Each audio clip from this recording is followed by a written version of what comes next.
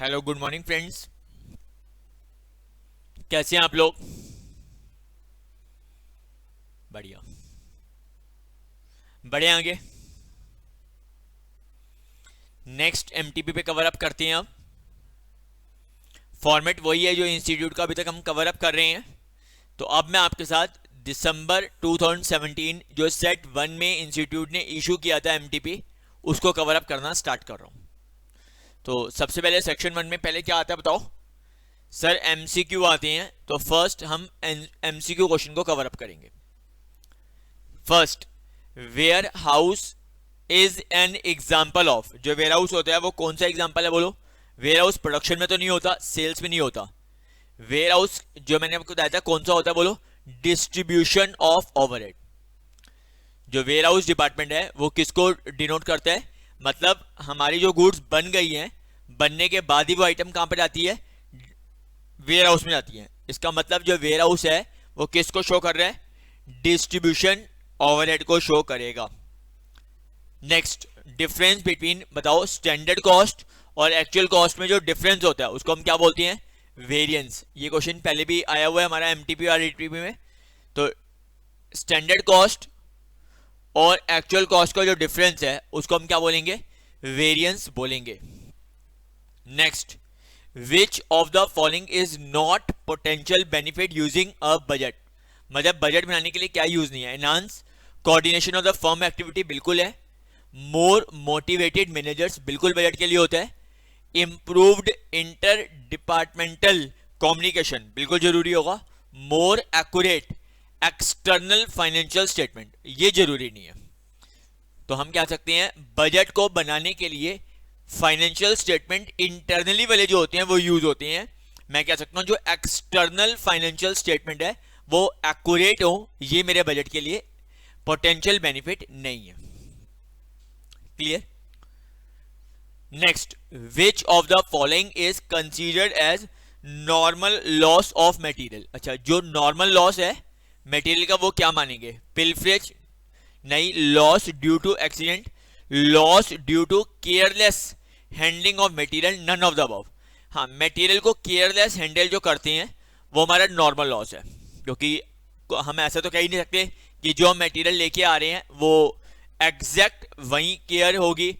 मतलब थोड़ा बहुत तो मानते हैं 5% 7% उनकी केयरलेस हैंडलिंग होगी। तो जो केयरलेस हैंडलिंग है वो हमारा क्या माना जाएगा, normal loss of material consider होगा। उसके बाद at economic order quantity, EOQ जो हमारा है, the following is true. Ordering cost is minimum, carrying cost is minimum, ordering cost is equal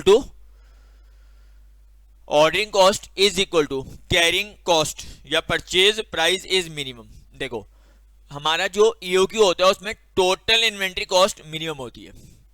आप ये नहीं कह सकते कि ऑर्डरिंग कॉस्ट ही कम है, कैरिंग कॉस्ट मिनिमम है या परचेज कॉस्ट मिनिमम, नहीं। हाँ, ऑर्डरिंग कॉस्ट और कैरिंग कॉस्ट इक्वल होगी, क्योंकि आपको पता है अगर ऐसा ना होता तो हम बोल सकते हैं ऑर्डरिंग कॉस्ट इंक्रीज होती है तो स्टोरेज कॉस्ट डिक्लाइन होती है, स्टोरेज ऑर्डरिंग। तो हम कह सकते हैं ordering cost is equal to carrying, मतलब इक्वल टू कैरिंग कॉस्ट, ये ट्रू है इकोनॉमिक ऑर्डर क्वांटिटी के ऊपर। उसके बाद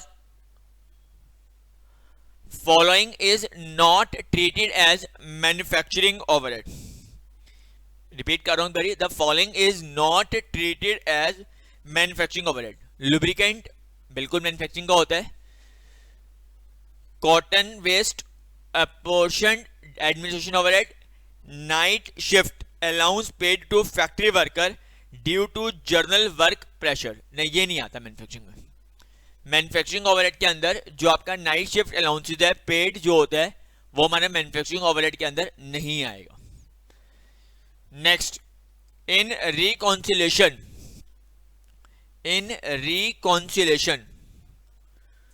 statement expenses shown only in cost accounts are. जो एक्सपेंस हमारे सिर्फ और सिर्फ कॉस्ट अकाउंट्स में आते हैं, एक्सपेंस आप जरा ध्यान से देखना, जो एक्सपेंस फाइनेंशियल में होते हैं, जो एक्सपेंस फाइनेंशियल में होते हैं कॉस्टिंग में नहीं होते, तो हम क्या बोलते हैं, कॉस्टिंग वालों ने एक्सपेंस नहीं लिखे, इसका मतलब उनका प्रॉफिट क्या हो गया होगा, इंक्रीज। तो हम क्या करते हैं, डिक्रीज।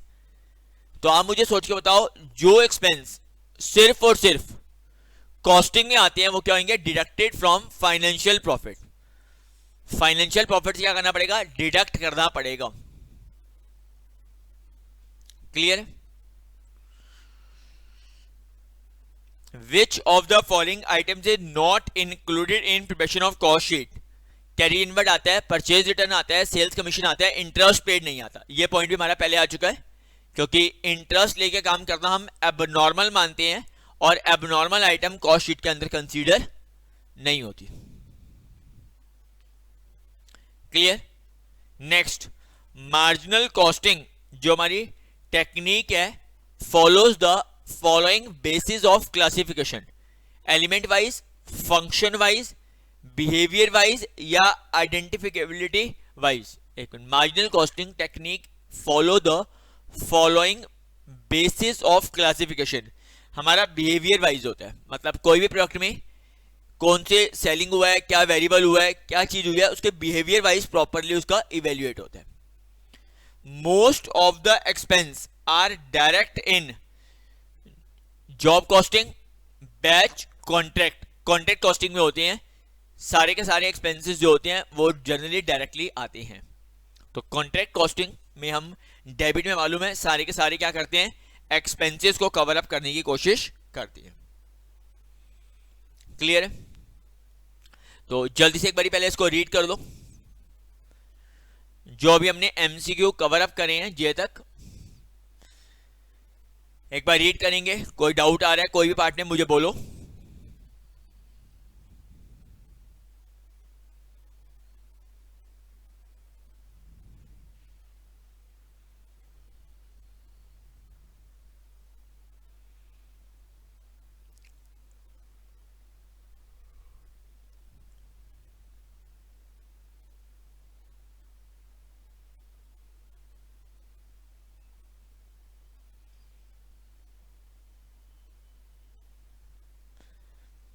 हाँ जी, कहने सर कवर है।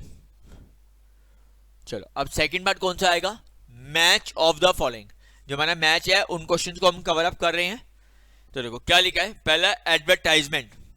जो एडवर्टाइजमेंट है वो क्या है, value of goods in transit, floor area occupied, a percent of cash collection, number of order, sales value और डायरेक्ट एलोकेशन। ओके, एडवर्टाइजमेंट क्या होता है, सेल वैल्यू के ऊपर होता है। एडवर्टाइजमेंट का एक्सपेंस किसके लिए होता है बोलो, सेल्स वैल्यू के लिए। क्रेडिट एंड कलेक्शन किस पे डिपेंड करेगा, नंबर ऑफ ऑर्डर्स पे डिपेंड करते हैं, जितने ऑर्डर्स होंगे उसके अकॉर्डिंगली। वेयर हाउस का जो रेंट होगा वो क्या होगा, फ्लोर एरिया, जितना भी हम ऑक्यूपाइड करेंगे उसके अकॉर्डिंगली वेयर हाउस का रेंट जाता है। उसके बाद रॉयल्टी जो हमारी होती है डायरेक्ट एलोकेशन होती है। उसके बाद बेड डेब्ट्स जो होंगे वो हमारे क्या होंगे, bed debts, percentage of cash collection, जितनी कैश कलेक्ट होती है उसके ऊपर बेड डेब्ट्स आती हैं। और ट्रांजिट इंश्योरेंस क्या होगा, value of goods in transit होगा। तो एक बार जरा चेक कर लेते हैं, एडवर्टाइजमेंट किसके लिए अकॉर्डिंग होगी, सेल्स वैल्यू के ऊपर। क्रेडिट एंड कलेक्शन क्या होगा, नंबर ऑफ ऑर्डर्स पे डिपेंड करेगा।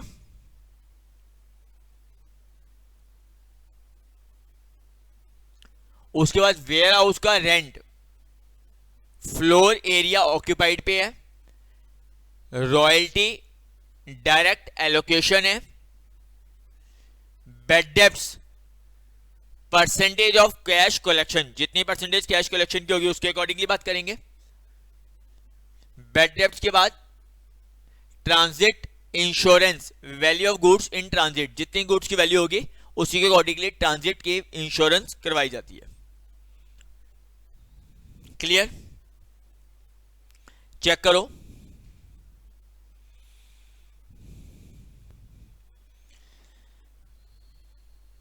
हाँ जी, उसके बाद अब अगला पॉइंट कौन सा आता है बोलो, मैच द फॉलोइंग के बाद ट्रू और फॉल्स। तो लिखा है state whether the following statement are true और false. Uniform costing is a unique method of costing to determine the cost accurately. नहीं, बिल्कुल कोई यूनिक मेथड तो है नहीं यूनिफॉर्म कॉस्टिंग जो कॉस्ट को एक्यूरेटली बताएगा। फॉल्स है। कॉस्ट को एस्टिमेटेड बेसिस पे होता है, एक्यूरेट तो कोई भी गारंटी नहीं ले सकता। Operation costing and operating costing are interchangeably use for same technique of costing.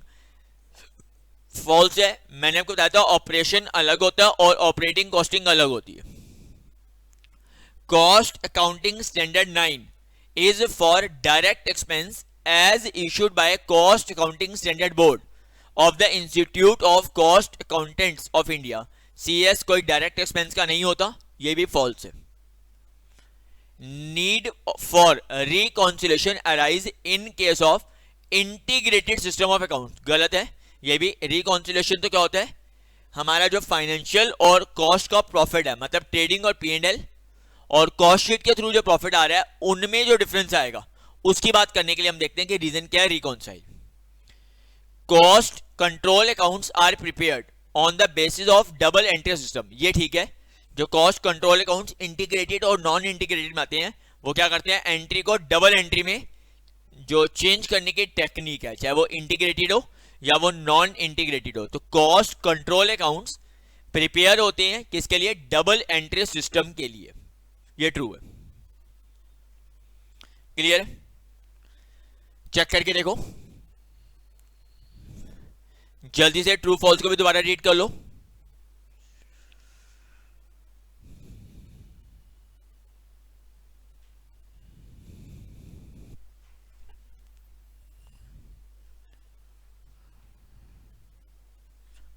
जल्दी से रीड करेंगे।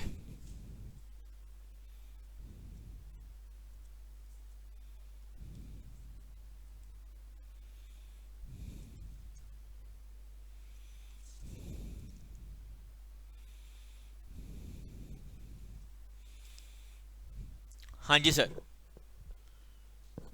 डन।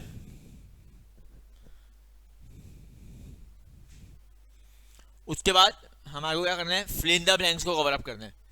कहता है वेड, क्या बताया था बोलो, वाइटल, असेंशियल और desirable analysis is primarily used for contract of, किसके लिए होता है बोलो, जो मैं बताया था स्पेयर पार्ट्स, मटेरियल होते हैं ना स्पेयर पार्ट्स के लिए, जो मटेरियल की इन्वेंट्री होता है उसके लिए बनती है। Salary paid to factory manager is an item of, जो आप फैक्ट्री के मैनेजर को सैलरी दे रही हैं वो फैक्ट्री ओवरहेड का पार्ट होगा, फैक्ट्री ओवरहेड। उसके बाद in hospital the cost unit is per day पर बेड, पर बेड। कॉस्ट जो हम कैलकुलेट करते हैं वो क्या करते हैं, पर बेड के ऊपर कैलकुलेट होती है। Next, cost of dash is not borne by goods unit, जो गुड्स की यूनिट है वो कौन सी नहीं लेती, नॉर्मल या एबनॉर्मल, तो आपने मुझे बोला एबनॉर्मल लॉस नहीं आता, एबनॉर्मल लॉस नहीं आएगा। Next, in absorption costing dash is added to inventory, fixed cost को हम क्या करते हैं, ऐड करते हैं, fixed cost is added to inventory. Clear है एब्जॉर्प्शन में। तो आप फिल इन द ब्लैंक्स भी चेक करके देखो।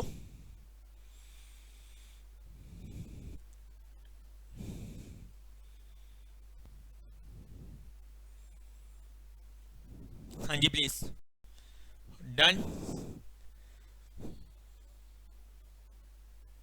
हाँ जी सर डन है। अब सेकंड पार्ट की तरफ मूव कर रहे हैं।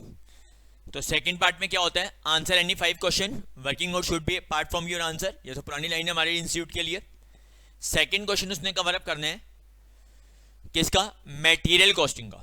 From the following particular with respect to particular item of material of a manufacturing company calculate the best quantity order.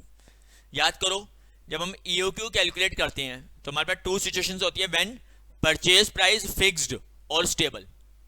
मतलब अगर आप जितनी मर्जी यूनिट लो परचेज प्राइस फिक्स्ड रहेगा, 1 ले ले या 1 लाख यूनिट ले ले, मैं तो रेट यही लगाऊंगा।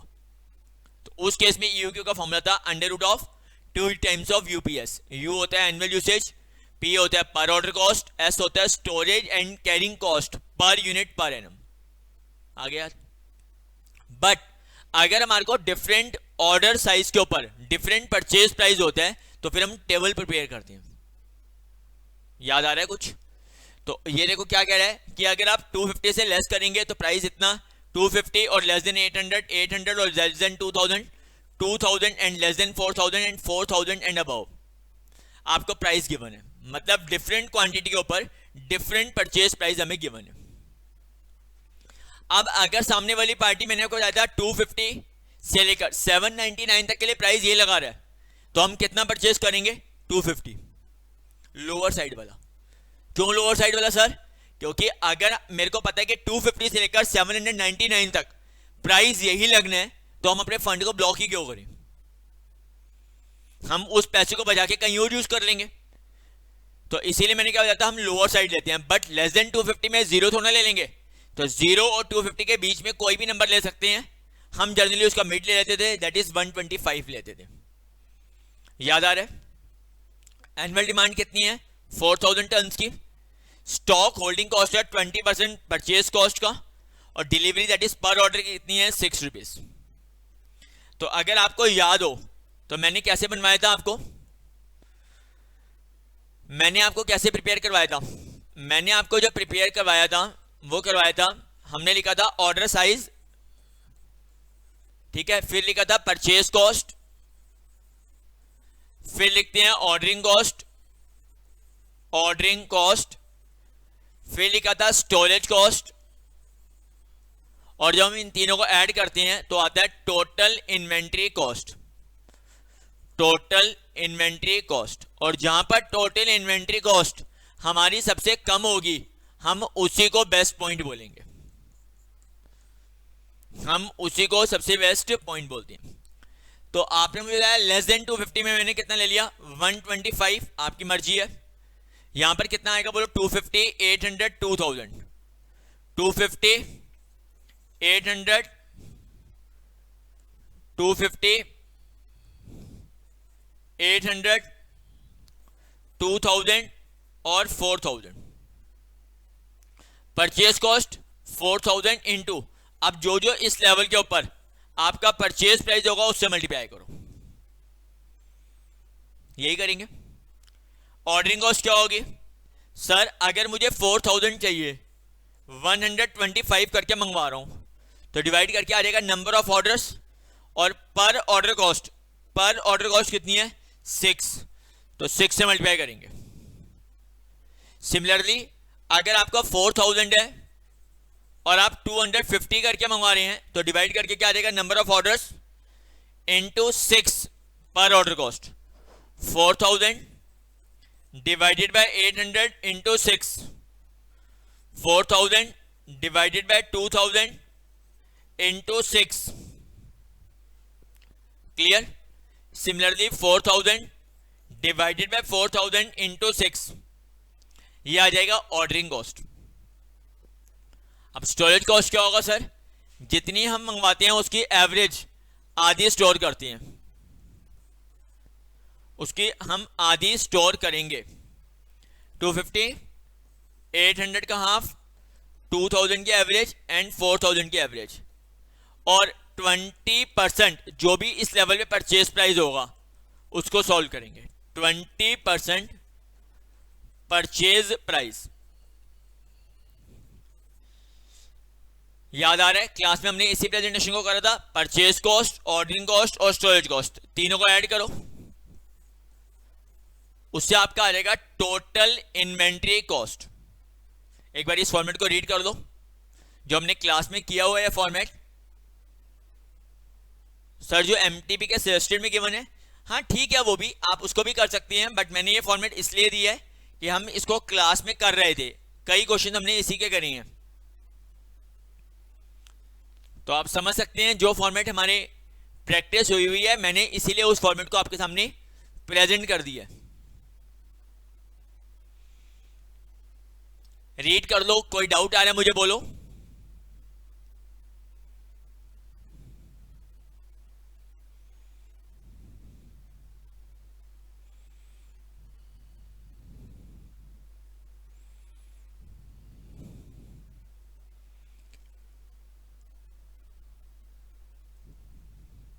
Clear, good. अब सर एक बार इनका भी दिखा दो प्रेजेंटेशन। ये देखो इन्होंने भी ऐसे ही करा है बट थोड़ा सा उसके प्रेजेंटेशन अलग कर दी। ये देखो 0 से 250 के बीच में इसने 200 एज्यूम करा है। जो हमने 125 लिया था ना, इसने क्या कर दिया 200। अगला सेम है देखो 250, 800, 2000 और 4000 जो हमने ऑर्डर साइज लिया था। फिर इसने परचेज कॉस्ट, ऑर्डरिंग कॉस्ट और स्टोरेज कॉस्ट, इसने देखो परचेज कॉस्ट सीधा शॉर्टकट, ऑर्डरिंग कॉस्ट और स्टोरेज कॉस्ट, फिर इन तीनों को ऐड करा टोटल इन्वेंट्री कॉस्ट, और टोटल इन्वेंट्री कॉस्ट सबसे कम आ रही है 23,694। तो आपने मुझे बोला अबव कंप्यूटेशन में बेस्ट क्वांटिटी आपकी 800 यूनिट से जो परचेज करनी चाहिए। क्लियर है? हमने कॉलम वाइज प्रेजेंटेशन दी है, इन्होंने रो वाइज प्रेजेंटेशन दे दी, बात तो सेम है बट मैंने आपको वो इसलिए प्रिपेयर करा है कि थोड़ा हमने उसकी प्रैक्टिस करी हुई है, इसीलिए मैंने उसको बेस्ट ले लिया। हाँ ठीक कह रही हो, बात दोनों से सेम है। एग्जामिनर मार्क्स नहीं कट कर सकता, आपकी चॉइस है। जरूरी थोड़ा नहीं कि हर स्टूडेंट ने जो प्रेजेंटेशन मैंने भी ऊपर दी थी उसी से कराओ, ऐसा जरूरी नहीं है। चलो सर सेकंड पार्ट की तरफ मूव करेंगे अब, जो इसका the following information relate to activities of a production department of a remigation for a certain period. आपको बता रहा हूं मटेरियल इतना यूज हुआ, डायरेक्ट वेजेस, लेबर आवर्स और मशीन आवर्स, और जो ओवरहेड चार्ज होनी है चार्जेबल टू डिपार्टमेंट 25,000 के ओवरहेड से। कहता है one order carried out in department during the period of the relevant data work. हमारा जो एक डिपार्टमेंट का है, इतना मटेरियल, इतना वेजेस, इतना लेबर और इतना मशीन ओवर हुआ है, हमें ओवरहेड को चार्ज कितना होगा बाय 4 कॉमनली यूज मेथड्स। आप बताओ ओवरहेड को जब हम रिकवर करते हैं, चार्ज करते हैं, एब्जॉर्ब करते हैं, सब एक ही बात है। उसके लिए 4 मेथड्स हमने क्लास में कवर अप करे हैं। कौन कौन से? इतना ओवरहेड इतने मटेरियल पे है, इतना ओवरहेड इतनी लेबर्स पे है, इतना ओवरहेड क्या मशीन आवर्स पे है, गुड, और इतना ओवरहेड हमारा क्या है लेबर आवर्स पे है। तो मतलब आप कह सकते हैं कि ये 25,000 अगर आप 36,000 से डिवाइड करेंगे तो इतना ओवरहेड इतने मटेरियल कॉस्ट पे है। फिर एक बार इसको लेबर कॉस्ट से डिवाइड करेंगे, एक बार इसको लेबर आवर्स और एक बार इसको मशीन आवर्स से डिवाइड करेंगे। 4 मेथड हमारे यही होते हैं कि ओवरहेड मटेरियल के ऊपर, ओवरहेड लेबर के ऊपर, ओवरहेड मशीन आवर्स के ऊपर और ओवरहेड लेबर आवर्स के ऊपर कितना है। तो उससे हमारे एब्जॉर्प्शन का रेट आ जाएगा, और जो रेट आ जाएगा वही हम इनको यूज करेंगे और हमारे को पता चलेगा हम अपने डिपार्टमेंट से कितना रिकवर कर रहे हैं। यही पूछा उसने, चेक करके देखो। ये रहा द 4 कॉमनली यूज्ड मेथड्स हमारे हैं रिकवरी के लिए। ये देखो 25,000 के ओवरहेड, 36,000 के मटेरियल, इसका मतलब ओवरहेड मटेरियल का 69.44% है। दूसरे मेथड में बोलो ओवरहेड कितने के थे 25,000 के, लेबर कितने की थी 30,000 इंटू 100, तो यहां हम बोल सकते हैं ओवरहेड लेबर का 83.33% है। थर्ड ओवरहेड कितने के हैं 25,000 के, लेबर आवर्स थे 12,000 आवर्स, इसका मतलब पर आवर ओवरहेड जो आ रहा है 2.083 आ रहा है। या 25,000 के ओवरहेड है, 20,000 मशीन आवर्स हैं, तो डिवाइड करके हमारा क्या आएगा 1.25 पर मशीन आवर। तो हमने वो 4 मेथड यूज करे, मटेरियल के परसेंटेज, लेबर के परसेंटेज, लेबर पर आर का रेट या मशीन पर आर का रेट हमने कैलकुलेट कर लिया, जो 4 मेथड हम ओवरहेड में यूज करते हैं। क्लियर? अब जब ये रेट आ गए तो यही ओवरहेड हमने क्या करेंगे चार्ज करेंगे अपने जॉब में। तो हमारा मटेरियल कितने का था इसमें चेक करो 6,000 का, उसका कितना 69.44%, वेजेस कितनी थी 4,950, उसका 83.33%, 1650 लेबर आवर्स और पर आवर का रेट कितना है 2.083 या 1200 मशीन आवर्स 1.25। तो आपका ओवरहेड अगर हम अलग अलग अप्रोच से रिकवर करेंगे तो वो कितना आएगा वो चेक कर लो। क्लियर? कर लो, इसको भी रीड कर लेंगे। तो ओवरहेड का रिकवरी रेट से रिलेटेड क्वेश्चन इंस्टीट्यूट ने कवर अप करा है।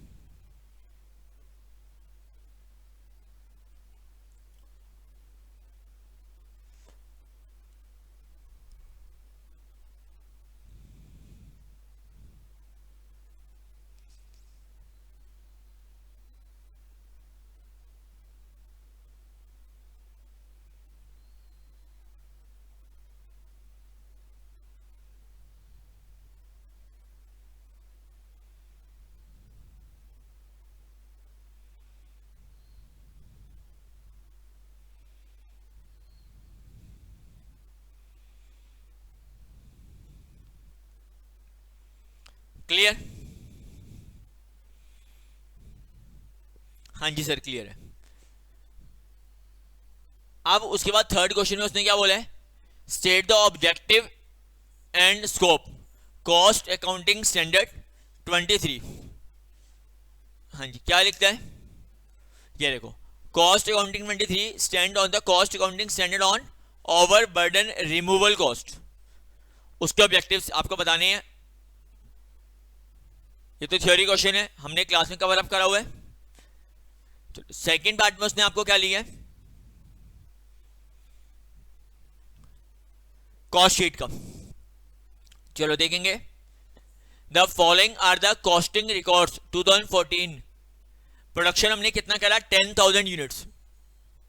रॉ मटेरियल इतना है, लेबर इतनी है, फैक्ट्री ओवरहेड है, ऑफिस है, सेलिंग है, और प्रॉफिट हमारा सेल प्राइस का इतना है।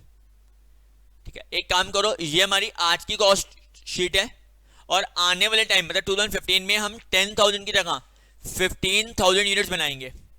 मटेरियल 20% से इंक्रीज होगा, लेबर 10% से इंक्रीज होगी, ओवरहेड जो हमने चार्ज करे थे उसका 50% फिक्स्ड है और 50% वेरिएबल है। Selling expense per unit will be reduce by 20%, और प्रॉफिट का जो रेट है वो सेम रहेगा। हमें 2015 में कितना सेलिंग प्राइस कस्टमर से चार्ज करना चाहिए वो कैलकुलेट करना है। याद करो, अगर मुझे आज की पहले जो इंफॉर्मेशन गिवन है मतलब 2014 की, उससे मैं कॉस्ट शीट प्रिपेयर करूंगा और पर यूनिट और अमाउंट का कॉलम बनाऊंगा, क्योंकि वो 10,000 यूनिट पे है। फिर उसको बेस लेकर 2015 में अगर मैं 15,000 यूनिट्स बनाऊंगा तो मैं उससे कितनी कॉस्ट होगी और वो कॉस्ट में प्रॉफिट ऐड करके सेल प्राइस इशू कर दूंगा जो हमें कस्टमर से रिकवर करते हैं। क्लियर है? जल्दी से रीड करेंगे क्वेश्चन को। क्वेश्चन को रीड कर लें एक बार।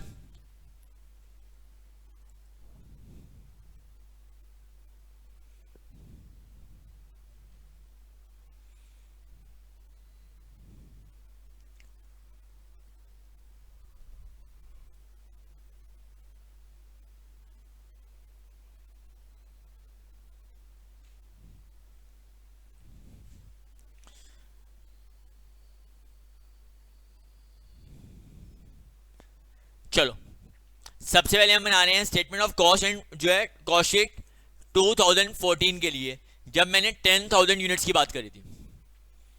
हाँ जी, मुझे मटेरियल कितना गिवन था, मटेरियल 2 लाख, एक मिनट 2 लाख है, चेक कर लो। हाँ 2 लाख ही है, तो मटेरियल कितना था 2 लाख है। अगर 2 लाख का मटेरियल 10,000 तो पर यूनिट कितना आ गया 20। लेबर कितनी थी, direct material direct labour 1,20,000 per unit आ गया 12। डायरेक्ट मटेरियल और डायरेक्ट लेबर को ऐड करेंगे तो क्या आएगा, प्राइम कॉस्ट। ये देखो प्राइम कॉस्ट 3,20,000 कितना आ गया पर यूनिट 32। उसके बाद फैक्ट्री ओवरहेड 80,000 पर यूनिट कितना हो गया 8। जब हम इसको ऐड करते हैं तो क्या आएगा, फैक्ट्री कॉस्ट, या आपने इसको नाम दिया हुआ था वर्क कॉस्ट। उसमें ओपनिंग स्टॉक ऑफ WIP और closing stock of WIP less करते हैं ही नहीं। ऑफिस ओवरहेड कितना आ गया 40,000 गिवन था 4 पर यूनिट, उससे आ गया cost of production. Opening stock of finish goods add और closing stock of finish goods less, उससे cost of goods sold selling expense आपका था 10,000 पर यूनिट, हो गया 1, इससे आ गया कॉस्ट ऑफ सेल, या आ गया टोटल कॉस्ट। उसने आपको बोला है 25% प्रॉफिट, कितना बोलता है 25% हमारा प्रॉफिट है। ये देखो 25% प्रॉफिट ऑन सेल मतलब 25/100 ऑन सेल, 1/4 ऑन सेल। तो हम कॉस्ट को कितना बोलेंगे 1/3, 1/3 ऑन कॉस्ट। मतलब आपको पता है न्यूमिनेटर में प्रॉफिट आता है, डिनोमिनेटर में जिसके बारे में आप बात करते हैं। तो अगर 1 रुपये का प्रॉफिट है 4 की सेल है, तो हम कह सकते हैं 1 रुपये का प्रॉफिट है 3 की कॉस्ट है। तो इसी यही रीजन मैंने आपको बताया हुआ है कि 1/4 ऑन सेल इक्वल होता है 1/3 ऑन कॉस्ट, या 33.33%। तो आपने 1/4 देखो 1/4 ऑन सेल, 1/3 ऑन कॉस्ट। तो कॉस्ट अगर 45 है, उसका 1/3 कितना आ गया 15, ऐड किया, ये आ गया selling price 6 lakh, that is per unit का आ गया 60। क्लियर? तो सबसे पहले आप रीड करेंगे 2014 की जो मुझे इंफॉर्मेशन गिवन है, उसके बेस पे मैंने कॉस्ट शीट प्रिपेयर किया। अगर मैं 10,000 यूनिट्स मैन्युफैक्चरिंग कर रहा हूं तो मेरा सेल प्राइस क्या होगा, रीड करो। इसी का बेस लेके हमने 2015 की कॉस्ट शीट प्रिपेयर करनी है।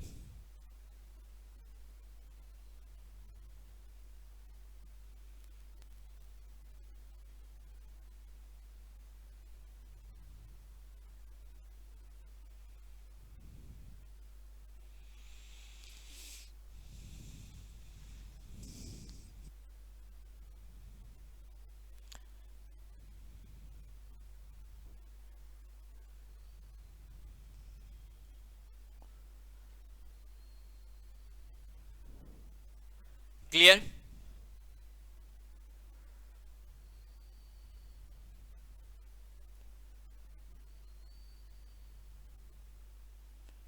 हाँ जी सर।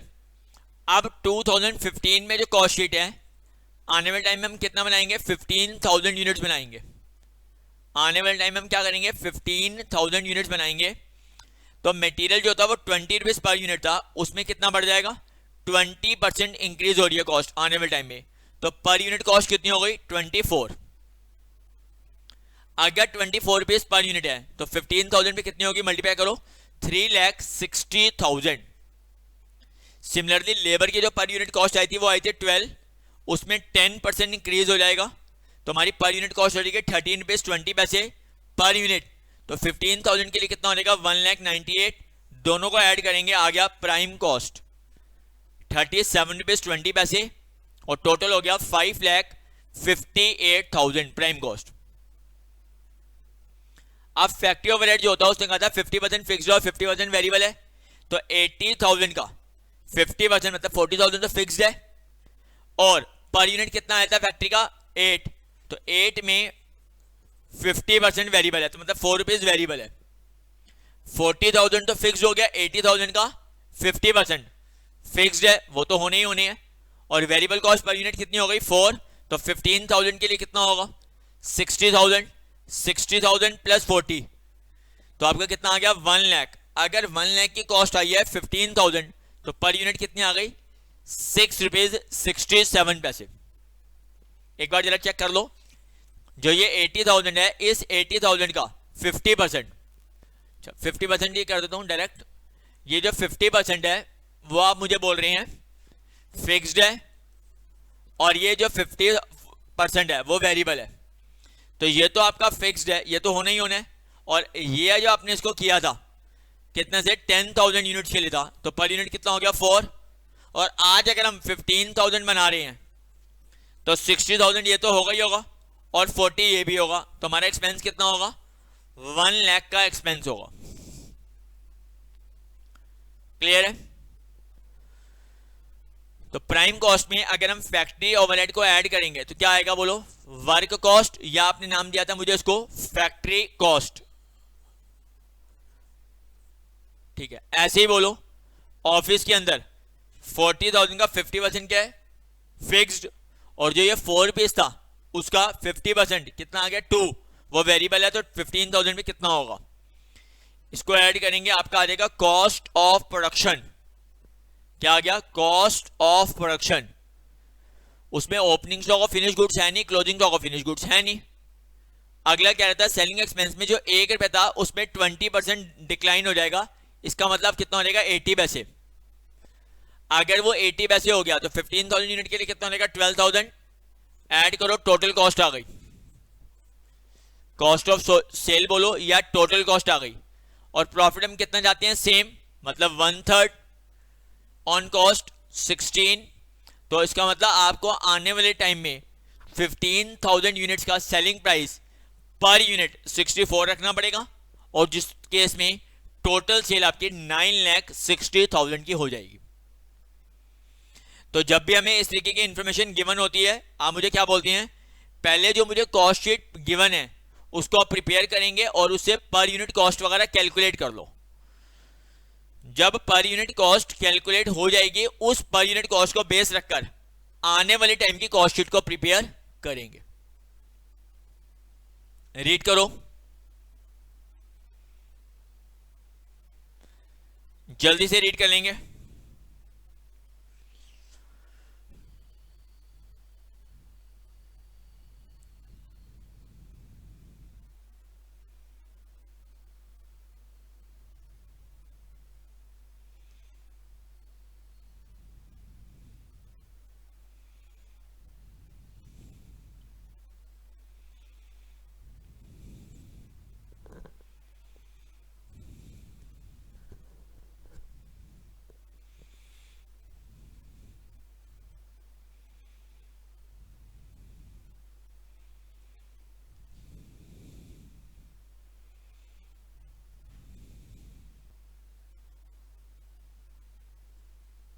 हाँ जी, इसके बाद नेक्स्ट क्वेश्चन की तरफ मूव कर रहे हैं आप। क्वेश्चन नंबर 4, और ये हमारा किसका बोलो, कॉन्ट्रैक्ट कॉस्टिंग का है। रीड करेंगे, a contractor commenced the work on a particular contract on 1 अप्रैल। ठीक है, उसने काम स्टार्ट करा था 1 अप्रैल को, और 31 दिसंबर को आपको इंफॉर्मेशन दे रही है मटेरियल सेंड टू, फिर हमारे जो एक्सपेंस है इंजीनियर के, लेबर के, machine costing 30,000 remain in use for a site for 1/5 year. The working life कितना है 5 ईयर्स, और स्क्रैप कितने 2,000। याद करो हमने क्या बोला था, या तो आप मशीन का डेप्रिसिएशन लिख दो या मशीन का ओपनिंग क्लोजिंग सेल सब कुछ लिख दो। सुपरवाइजर को आपने पे करा है कितना 2,000 रुपीज पर मंथ का, और उसने सिर्फ हाफ टाइम ही हमारे यहाँ पर बियर करा है, हाफ टाइम कहीं और करता होगा। तो जितना टास्क या जितना टाइम हमारे यहाँ पर कर रहा है उतनी ही कॉस्ट हम बियर करेंगे, हमारा कॉन्ट्रैक्ट। ऑल अदर एक्सपेंस 14,000 है। The material on site were 2,500। The contract price कितने का 4 लाख का, और 31 दिसंबर को 2/3 कॉन्ट्रैक्ट कंप्लीट हुआ है, जिसमें से आर्किटेक्ट ने सिर्फ सर्टिफाइड किया है कितने का 2 लाख का। ठीक है, जरा ध्यान से लिखना, जो सर्टिफाइड होगा उसको क्या बोलेंगे, value of work certified, on which 80% उसने पेमेंट होगी। तो अगर जितना भी सर्टिफाइड होता है पूरी पेमेंट तो नहीं मिल जाती, उसका 80% की पेमेंट कर रहा है, इसका मतलब 20% रिटेंशन है। प्रिपेयर कॉन्ट्रैक्ट अकाउंट हमें प्रिपेयर कर दें। रीड करेंगे जल्दी से क्वेश्चन को पहले आप।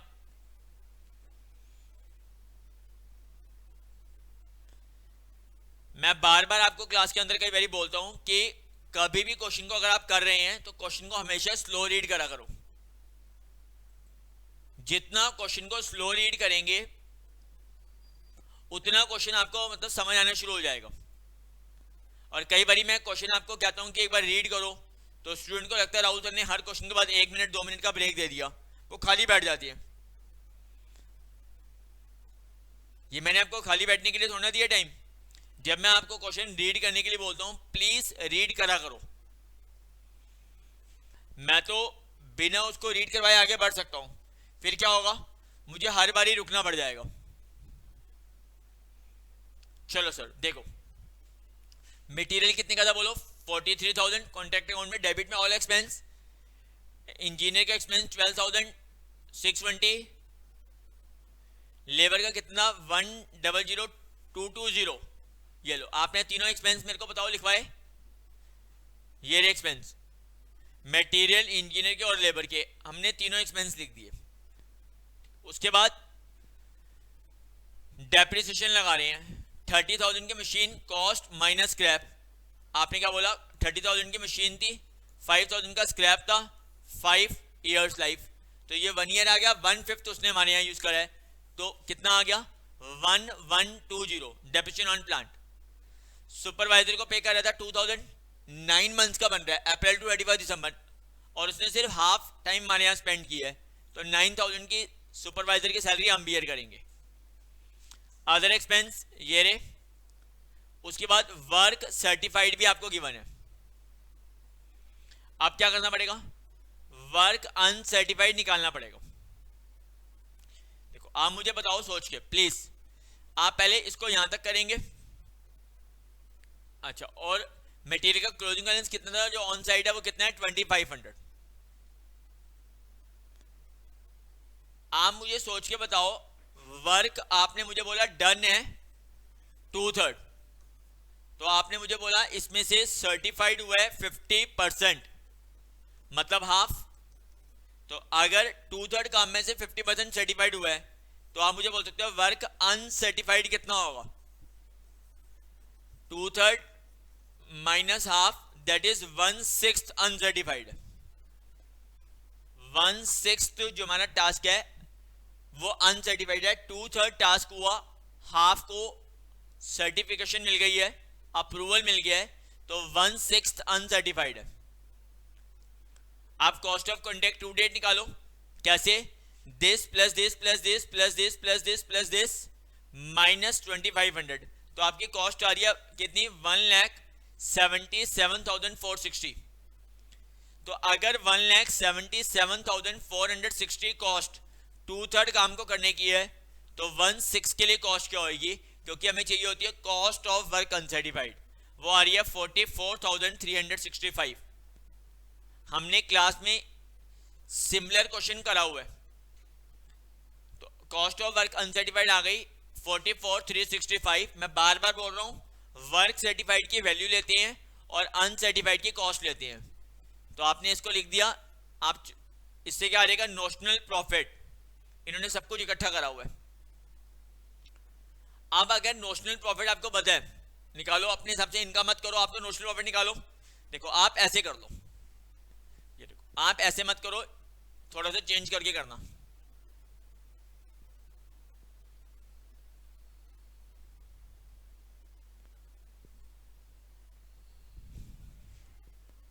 आप क्या करना, देखो सारे एक्सपेंस लिखना, यहां पर मटेरियल का क्लोजिंग बैलेंस लिखना 2500, और उससे कैलकुलेट कर लो cost of contract to date, cost of contract to date, और वो आपकी पता है कितनी आ रही थी, कितनी आ रही थी 1,77,460, 1,77,460। फिर आप यहां पे लिखना cost of contract to date 1,77,460 WIP, इसमें आप लिखते हो वैल्यू ऑफ वर्क सर्टिफाइड, कितना था आपका 2 लाख, और कॉस्ट ऑफ वर्क अनसर्टिफाइड, इसके लिए हम बनाएंगे वर्किंग नोट। जैसे ही आपका आ जाएगा, इससे आप कैलकुलेट करेंगे notional profit. Please presentation as it is उनकी मत देखो। फिर यहां पर आएगा नोशनल प्रॉफिट, और उसका कुछ पार्ट P&L अकाउंट में रहेगा, इसके लिए वर्किंग नोट बनेगा, बाकी पार्ट WIP रिजर्व में रहेगा। और ये हमने कैसे निकाला था, cost of work uncertified, cost of work uncertified कैसे बताया था, आपने मुझे बताया वर्क डन, वर्क डन 2/3 है, जिसमें से आपने मुझे बोला वर्क सर्टिफाइड मेरा कितना था 50%, दैट इज हाफ, तो therefore work uncertified 2/3 minus half 1/6, ये आपने मुझे बोला है। तो अब आपने मुझे क्या बोला, 1,77,460 अगर 2/3 काम को करने की कॉस्ट है तो 1/6 टास्क के लिए कितनी होगी, इससे आपका आ जाएगा कॉस्ट ऑफ वर्क अनसर्टिफाइड। याद आ रहा है, कॉस्ट ऑफ वर्क अनसर्टिफाइड आ जाएगा। चेक करो, कॉस्ट ऑफ वर्क अनसर्टिफाइड। अब अगर कॉस्ट ऑफ वर्क अनसर्टिफाइड आएगा तो मैं क्या लिखूंगा, देयरफॉर नोशनल प्रॉफिट आ जाएगा amount transfer to P&L account, amount transfer to P&L account, percentage completion, जो हमारा कंप्लीशन हुआ था वो होता है work certified divided by contract price. Work certified कितना हो गया था, 2 लाख का, 2 लाख का काम हुआ है 4 लाख के ऊपर, तो 50% टास्क हो चुका है। और एग्जैक्ट 50% में भी हम कितना लिखते हैं, 2/3 of notional profit, 2/3 of notional profit into cash received upon work certified. 2/3 of notional profit जो निकलेगा 80% आपका वर्क सर्टिफाइड का आपको मिल जाता है। सॉल्व करके देखो, ये आएगा जो amount transfer to P&L account, इतना अमाउंट हमें P&L अकाउंट में ट्रांसफर करना पड़ेगा। चेक करेंगे, इतना अमाउंट हम P&L अकाउंट में क्या करेंगे, ट्रांसफर करेंगे।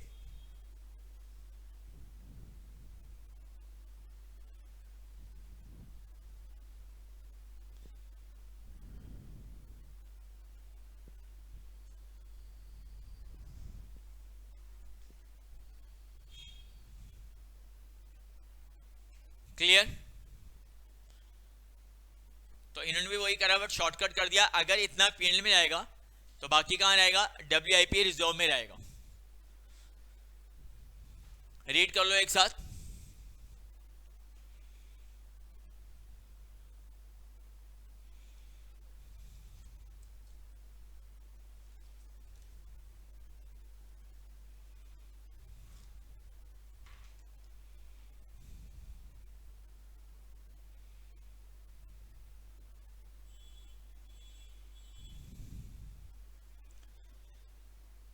चेक करो,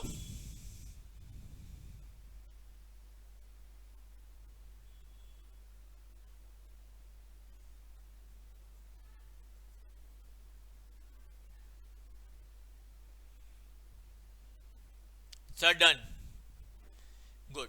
इसके बाद जो अगला पार्ट था वो हमारा ऑपरेटिंग कॉस्टिंग का है, उसको देखेंगे।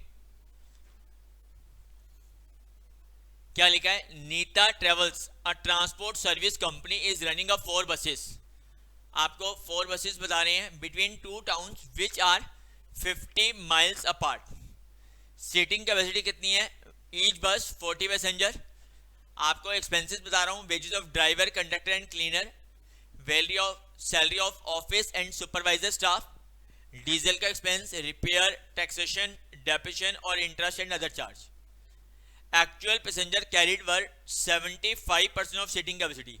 इसका मतलब 40 लोग बैठ सकते थे बट उनका जो पैसेंजर है 75% ही बैठे हैं। All the 4 buses run on all days of the month. Each bus made 1 round trip per day. Round trip का ज़्यादा आना और जाना। Find out cost per passenger per mile. Neeta travel को कितनी आ रही है वो हमें कैलकुलेट करनी है। तो सबसे पहले क्या करना पड़ेगा, टोटल किलोमीटर्स निकालने पड़ते हैं, उसको फिर टोटल पैसेंजर किलोमीटर निकालने पड़ेंगे, तभी आप कॉस्ट को उससे डिवाइड करेंगे। बढ़ूं आगे? हाँ जी सर। तो आप मुझे सोच के बताओ कितना आएगा।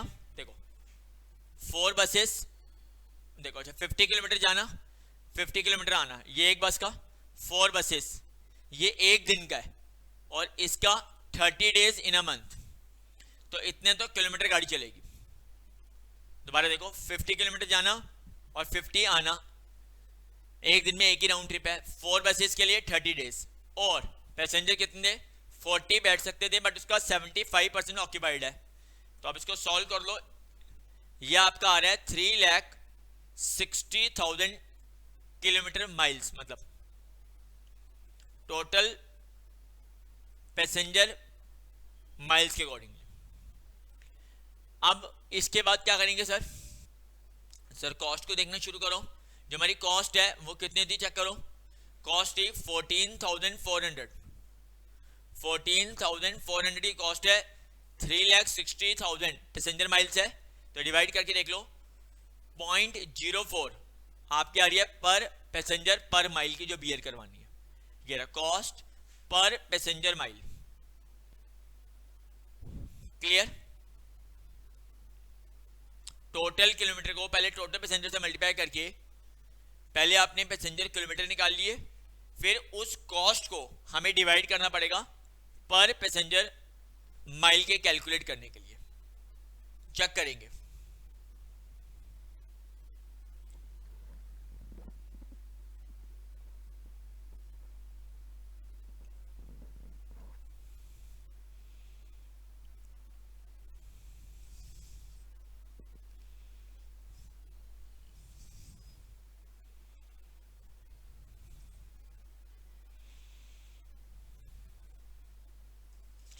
डन? हाँ जी सर डन है। अब उसके बाद ये क्वेश्चन भी कंप्लीट हो गया। फिफ्थ क्वेश्चन ये हमारा क्या है, स्टैंडर्ड कॉस्टिंग का है, और याद करो अभी एमटीपी में ये क्वेश्चन सेम आया हुआ था जब हम बना रहे थे ना, देखो standard rate, standard quantity, actual rate और एक्चुअल क्वांटिटी।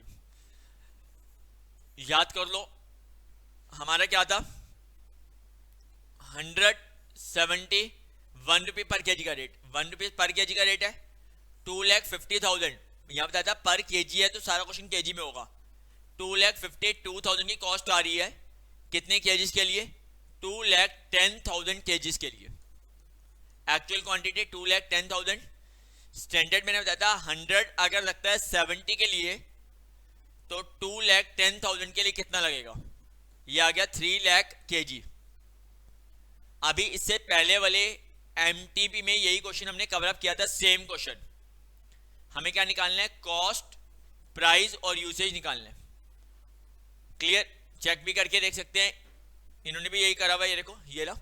और उसके लिए लाइन मैंने बोली थी क्या होती है, बोलो actual rate, standard rate, standard rate, standard rate, actual quantity, actual quantity, standard mix और स्टैंडर्ड क्वांटिटी। मैंने आपको क्या बताया था, मैंने बताया था this minus this cost variance, ये प्राइस वेरिएंस और ये usage variance. Direct material cost variance, direct material price variance, direct material usage variance. Positive आने पर क्या होता है फेवरेबल, और नेगेटिव आने पर क्या होता है एडवर्स। आप आंसर चेक करके देख सकते हैं, ये देखो ये रहा। प्रेजेंटेशन उनकी मत रखो, ये क्वेश्चन के प्रेजेंटेशन में आपको लास्ट एमटीपी के टाइम पे कवर कर चुका हूं प्लीज, तो इस पर टाइम वेस्ट नहीं करेंगे। सेम क्वेश्चन अभी हमने पहले कवर अप किया था, आप फिर भी रीड कर लो, रीड कर लो, डाउट आ रहा है मुझे बोलो।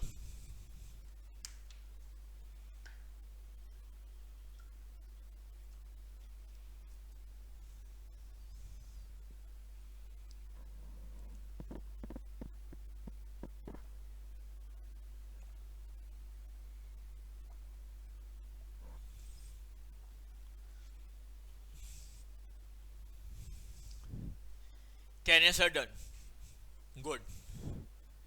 इसके बाद सेकंड पार्ट हमारे को क्या कह रहा है, फिफ्थ क्वेश्चन का सेकंड पार्ट कहता है calculate total earning and effective rate of earning per hour. अच्छा, टोटल अर्निंग कितनी है और effective earning per hour. Effective earning कैसे निकलती है, अगर मैं टोटल अर्निंग को डिवाइड कर दूं एक्चुअल आवर्स से, एक्चुअल आवर्स वर्ग से, तो कितना पैसा कितने आवर्स के लिए दिया है, इफेक्टिव आ जाएगा। कहते हैं ऑफ द थ्री ऑपरेटर्स, तीनों के लिए किससे निकालना है, रो वन से भी कैलकुलेट करो और हाल्से से भी कैलकुलेट करो। अगर स्टैंडर्ड टाइम था एक डजन के लिए कितना 50 आवर्स, जबकि रेट था 1 रुपये पर आवर का एक्चुअल, अगर ए ने 45 आवर्स, इसने 40 और 30 आवर्स में काम पूरा कर दिया, तो आप सोच के बताओ, अगर 50 आवर्स के काम को ए ने 45 आवर्स में करा, इसका मतलब ए ने 5 आवर्स सेव करे, बी ने 50 आवर्स के काम को 40 आवर्स में कर दिया, 10 आवर्स सेव करे, और सी ने अगर 50 आवर्स के काम को 30 आवर्स में कर दिया, इसका मतलब 20 आवर्स सेव करे। तो तीनों ने ही आपके आवर्स सेव करे हुए हैं, इसका मतलब इनको रोवन और हाल्से से कितना मिलेगा। हाल्से का फॉर्मूला बोलो, बोनस, बेसिक वेज तो देंगे ही देंगे, और इसका जो हाल्से का बोनस होता है वो क्या होता है please, 50% of time saved into wage rate, और रोवन का क्या होता है, time taken upon time allowed into time saved into wage rate per our. तो इसी को इंप्लीमेंट करके देखते हैं। ये लो, आप मुझे बताओ, हम पहले किससे कर रहे हैं, हाल्से से। हमारे को बेसिक वेज रेट मतलब कितने hours wage rate per hour, 45 hours काम करा इसने, 40 आवर्स काम करा और इसने 30 आवर्स काम करा, 1 रुपये पर आवर का तो देना ही देना। ये हो गया हमारा basic wage, plus 50% of time saved. A ने कितना टाइम सेव किया था, 50 माइनस 45, तो 5 आवर्स सेव करा, तो 50% ऑफ 5, और वेज रेट पर आवर कितना 1।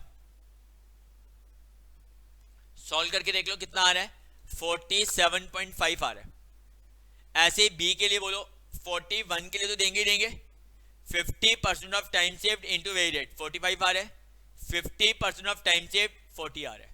तो इतने पैसे 45 आवर्स के लिए दिए हैं, 45 रुपीज 40 आवर्स के लिए दिए हैं, 40 रुपीज 30 आवर्स के लिए दिए हैं। तो अगर हम टोटल अर्निंग को एक्चुअल आवर्स से डिवाइड करते हैं तो हमारा क्या आता है, इफेक्टिव रेट पर आवर आ जाएगा।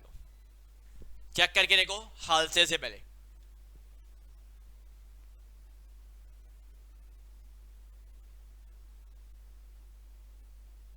पहले आप हाल्से से चेक करके देख लो।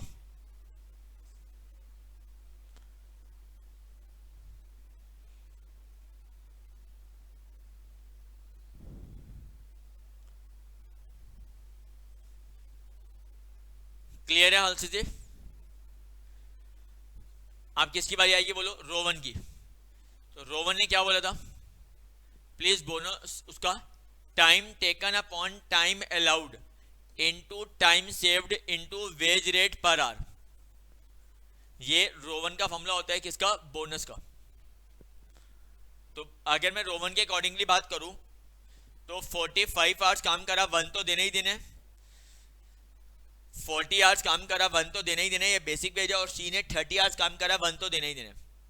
ये देखो, time taken upon time allowed into time saved, time taken upon time allowed into time saved, time taken upon time allowed into time saved, और वेज रेट पर आवर। तो आप सॉल्व करके देख लो आपका कितना आ रहा है, 49.5, 48 और 42। तो इतनी अर्निंग 45 आवर्स के लिए, इतनी अर्निंग 40 आवर्स के लिए, इतनी अर्निंग 30 आवर्स के लिए।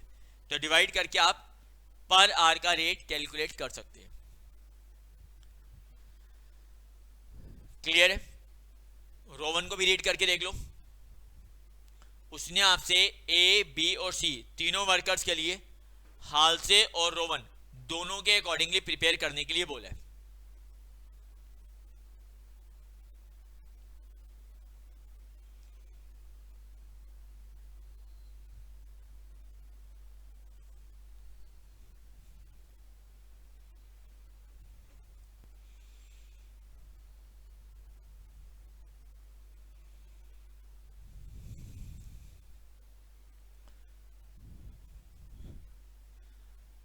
क्लियर।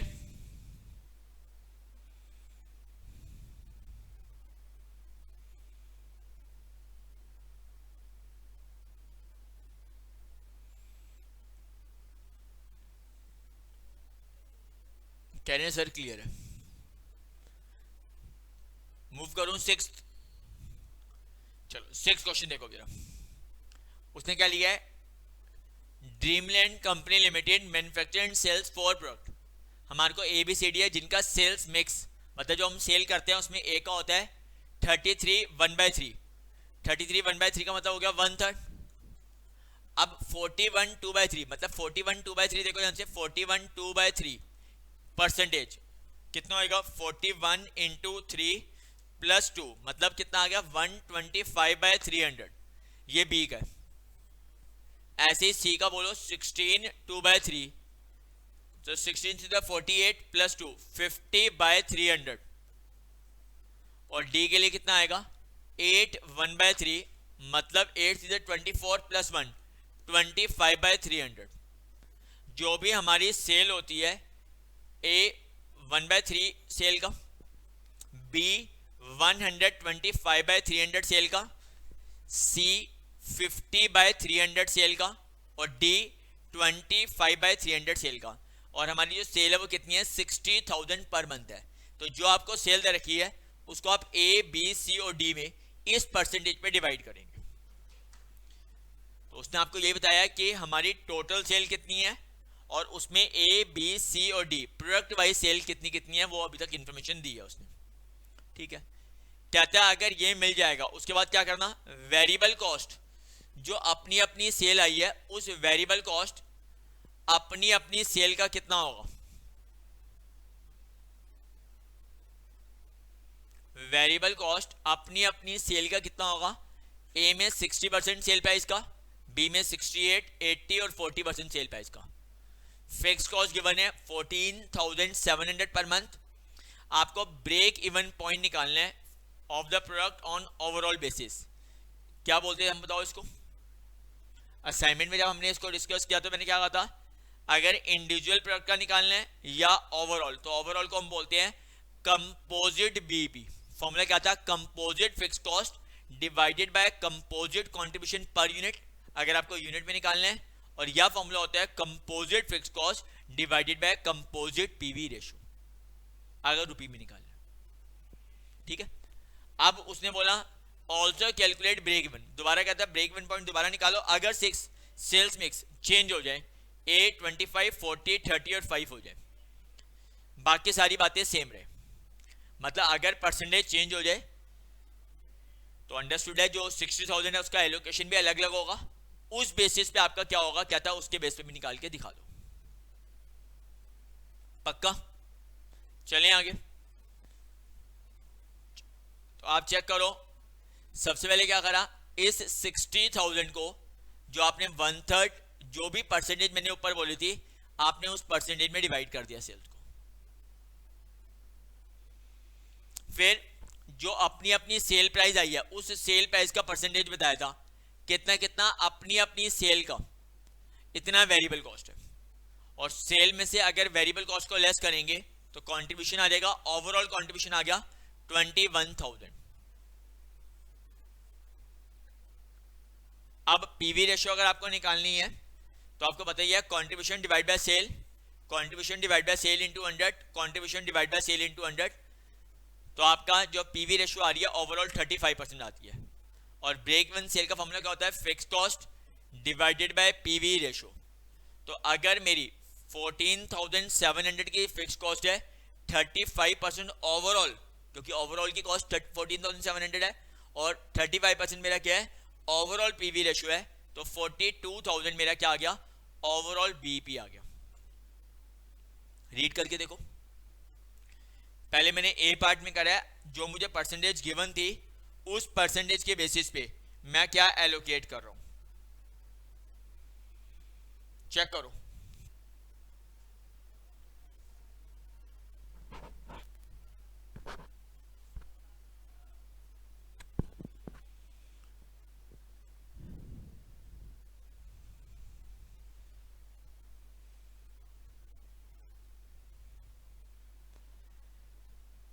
डन।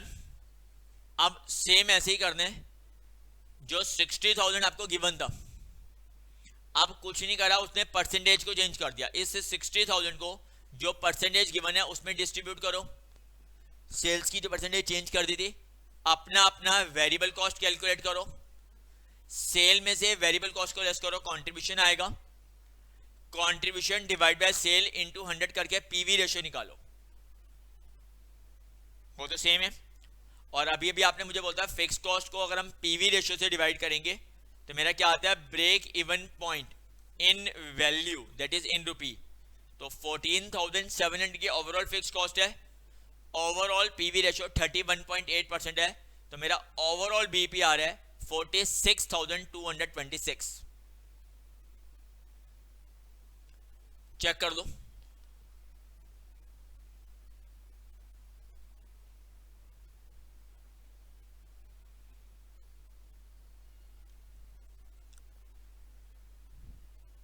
पक्का। तो अब इन्होंने इंस्टीट्यूट ने क्या करा है, एमटीपी में जो क्वेश्चन कवर करा है वो क्या करा है, मार्जिनल कॉस्टिंग का कंपोजिट बीपी का क्वेश्चन कवर अप करवा दिया।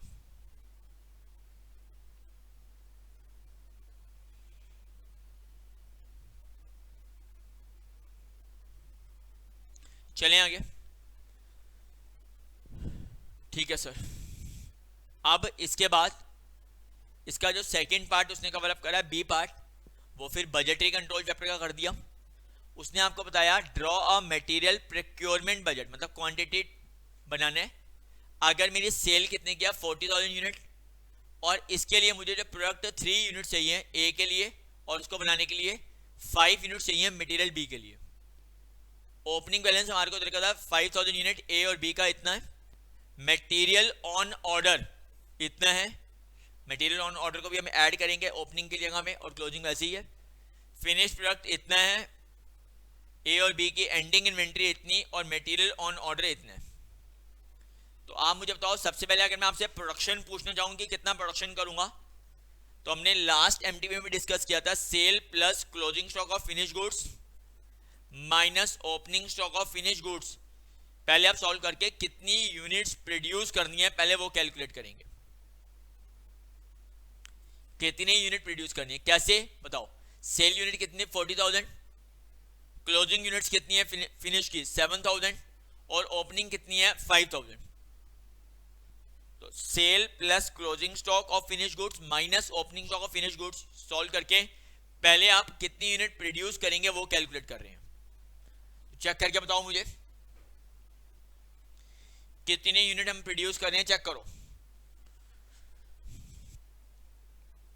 ये देखो इन्होंने भी यही करा हुआ है, चेक कर लो। ये देखो sale plus closing finish goods minus opening, 42,000 unit produce करनी है, 42,000 यूनिट प्रोड्यूस करनी है। और उसके लिए अगर मुझे प्रोड्यूस करना है तो ए का कितना बोलो 3 kg, और बी का कितना 5 kg लगेगा। ये आ गया मटेरियल रिक्वायर्ड। अगर मटेरियल रिक्वायर्ड आ गया तो उसमें क्लोजिंग स्टॉक ऐड करेंगे और ऑन ऑर्डर भी दोनों ही ऐड करेंगे, और ओपनिंग स्टॉक इन हैंड और ऑन ऑर्डर दोनों लेस करेंगे। तो इससे क्या आ जाएगा, रॉ मटेरियल परचेज। परचेज का फॉर्मूला मैंने क्या बताया था, जो हमारा रॉ मटेरियल कंज्यूम होता है कंजम्पशन, उसमें ऐड करते हैं closing stock of raw material और माइनस करते हैं opening stock of raw material. तो इससे हमारा क्या आ जाएगा, रॉ मटेरियल परचेज बजट, कितनी रॉ मटेरियल परचेज करना है वो कैलकुलेट करेंगे।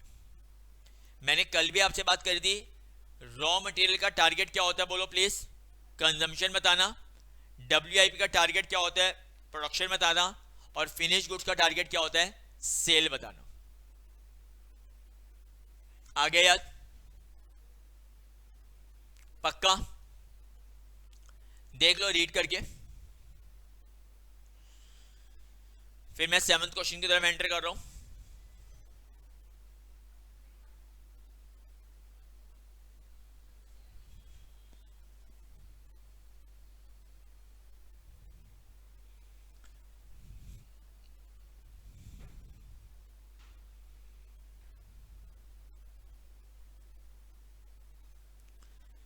कोई बात नहीं, रीड कर लो पहले।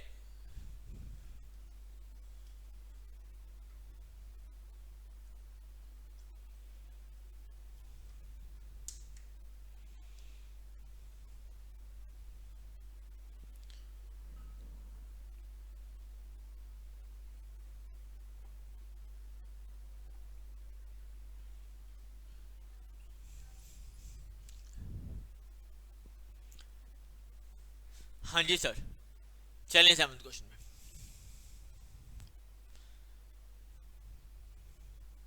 अब 7th क्वेश्चन जो उसने ए पार्ट है वो किस चैप्टर का कवर करा है? मार्जिनल कॉस्टिंग को कवर अप करा है। कहता है SV limited is a multi product company furnish the following. First half year में इतनी सेल है और सेकंड हाफ ईयर में इतनी सेल है और टोटल कॉस्ट गिवन है। सेल में से कॉस्ट को माइनस करके आप क्या कैलकुलेट कर लेंगे? प्रॉफिट कैलकुलेट कर दो। तो अगर हमारे को 2 डिफरेंट ईयर या 2 डिफरेंट टाइम की इंफॉर्मेशन गिवन होती है तो उस केस में हम पीवी रेशो कैसे कैलकुलेट करते हैं? बोलो PV ratio, change in profit divide by change in sale. Good. अगर 1 ईयर की होती है तो फॉर्मूला क्या होता है? कितना कंट्रीब्यूशन है कितनी सेल के ऊपर। बट अगर 2 डिफरेंट टाइम की इंफॉर्मेशन होती है तो फॉर्मूला क्या होता है? Change in profit divide by change in sale. अभी तक हमें प्रॉफिट गिवन था, अब उसने आपको प्रॉफिट नहीं दिया, टोटल कॉस्ट दे दिया और सेल दे दिया, तो कोई बात नहीं, आप प्रॉफिट खुद कैलकुलेट कर लो, सेल माइनस टोटल कॉस्ट करके।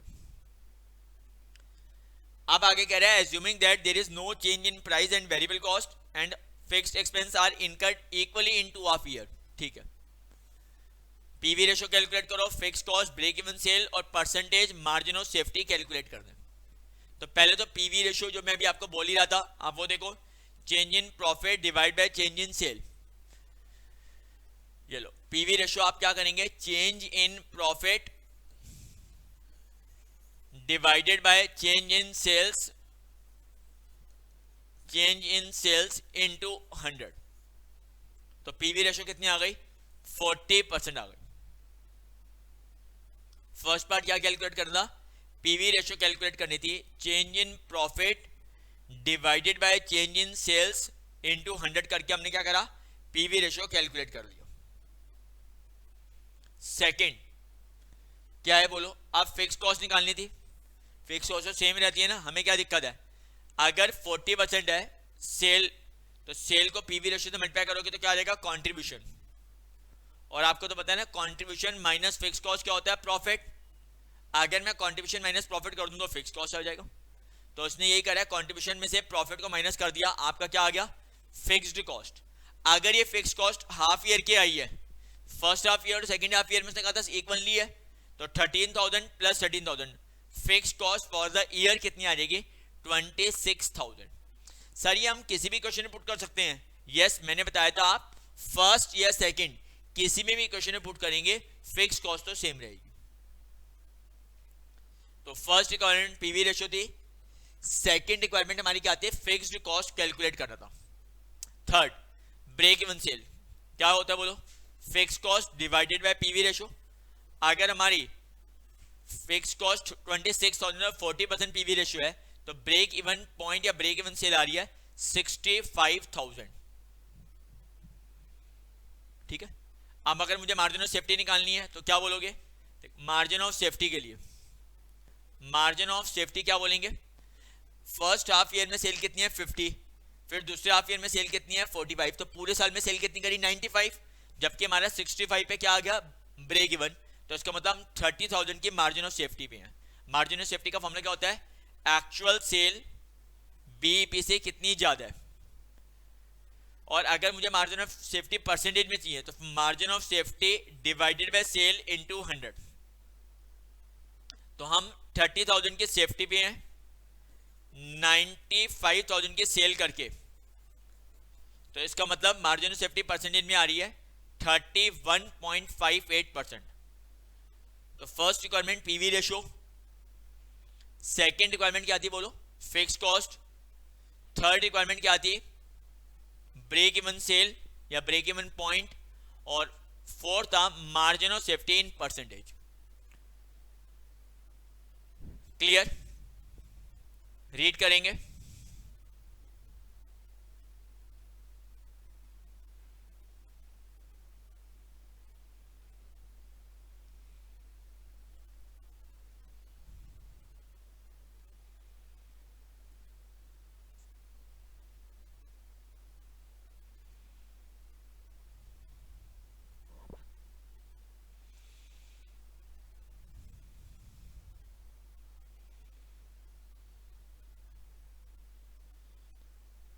हाँ जी सर, इसके बाद अगला पार्ट जो था B part,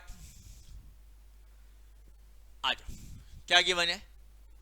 the net profit shown by financial accounts of CVU limited amount to 18,550 while the profit disclosed by the company's cost books कितने 28,660. फाइनेंशियल का प्रॉफिट इतने हैं और कॉस्ट वालों का प्रॉफिट इतने हैं. On reconciling the figure the following differences were noted. मतलब आपको पता है क्या चीज ऐड करनी हो लेस. डायरेक्टर्स फीस जो थे कॉस्ट ने नहीं दिखाए, तो हम स्टार्ट कहां से करेंगे. मैंने क्या कहा था, कॉस्टिंग से फाइनेंशियल पे प्रॉफिट या फाइनेंशियल से कॉस्टिंग में कहीं भी पहुंच सकती हो. तो अगर मैंने कॉस्टिंग के प्रॉफिट से शुरू करा, वो एक्सपेंस जो मैंने नहीं दिखाया, सोच के बताओ, कॉस्ट ने जो नहीं दिखाया फाइनेंशियल ने दिखाया है, तो अगर मैंने एक्सपेंस नहीं दिखाया तो मेरा प्रॉफिट क्या हो गया होगा, इंक्रीज. मुझे क्या करना पड़ेगा, माइनस. ऐसे ही बोलो प्रोविजन फॉर डाउटफुल डेट्स हमने नहीं दिखाए, हम तो नहीं दिखाते, तो एक्सपेंस ना दिखाने से मेरा प्रॉफिट क्या हो गया होगा, इंक्रीज. मुझे क्या करना पड़ेगा, डिक्रीज. बैंक का इंटरेस्ट क्रेडिट हुआ, इनकम हमने नहीं दिखाई तो प्रॉफिट माइनस हो गया, बीच में प्लस करना पड़ेगा. Income tax. Overhead in cost accounts were estimated 8500. The charges shown by financial books कितना 8320. तो कॉस्टिंग वालों ने ओवरहेड ज्यादा दिखा दिया, मतलब एक्सपेंस ज्यादा दिखा दिए. अगर उन्होंने एक्सपेंस ज्यादा दिखा दिए तो प्रॉफिट क्या हो गया होगा, कम. रेक्टिफाई करने के लिए क्या करना पड़ेगा, plus. Similarly, work was started during the year and new factory and expenditure 16,000 was incurred. Depreciation 5% was provided in financial accounts. ठीक है, prepare statement and reconcile. क्या करेंगे, cost and financial accounts. Check करके देखो, इन्होंने यही करा हुआ है, ये रहा. इन्होंने फाइनेंशियल से शुरू करा और मैं अभी आपको जो समझा रहा था वो किससे करता, कॉस्ट से. तो आपकी चॉइस होती है, आप कॉस्ट से अकाउंट्स या अकाउंट से कॉस्ट कहीं भी पहुंच जाओ. बस आइटम जो मैं प्लस बोल रहा हूँ माइनस हो जाएंगी और जो माइनस बोल रहा हूँ वो प्लस हो जाएंगी. क्लियर. आप रीड करके देखो, कोई भी देखो, मैं ये मान के चलता हूँ कि कोई भी डाउट आएगा मुझे मैसेज तो कर सकते हैं ना. डायरेक्टर्स फीस मैंने माइनस बोली थी, इन्होंने प्लस कर दी. प्रोविजन को मैंने माइनस बोला था, इन्होंने प्लस कर दिया. इनकम टैक्स मैंने माइनस बोलता, प्लस कर दिया. डेप्रिसिएशन मैंने माइनस बोलता, इन्होंने प्लस कर दिया. बैंक इंटरेस्ट क्रेडिट था, इनकम थी, इन्होंने लेस कर दिया. और ओवर रिकवरी ऑफ ओवरहेड भी इन्होंने लेस कर दिया. तो profit as per cost books आ जाएंगे. मैं रिपीट कर रहा हूं, जो आइटम मैं ऐड बोल रहा था वो ये लेस कर रहे हैं और जो आइटम मैं लेस बोल रहा हूं वो ये ऐड कर रहे हैं. क्यों, क्योंकि दोनों का बेस अलग अलग है. मैं कॉस्ट से फाइनेंशियल में पहुंच रहा हूं और ये क्या कर रहे हैं, फाइनेंशियल से कॉस्ट पे पहुंच रहे हैं. इसीलिए जो आइटम है उनका इफेक्ट चेंज हो रहा है. क्लियर, पक्का. इसके बाद राइट शॉर्ट नोट, जो 8th क्वेश्चन नॉर्मल होता है 3 यानी का difference between the profit under marginal costing और एब्जॉर्प्शन कॉस्टिंग. मैंने इसके स्टेप्स लिखवाए थे, वो लिख देना. Replacement cost, cost accounting standard, service cost centre के ऊपर,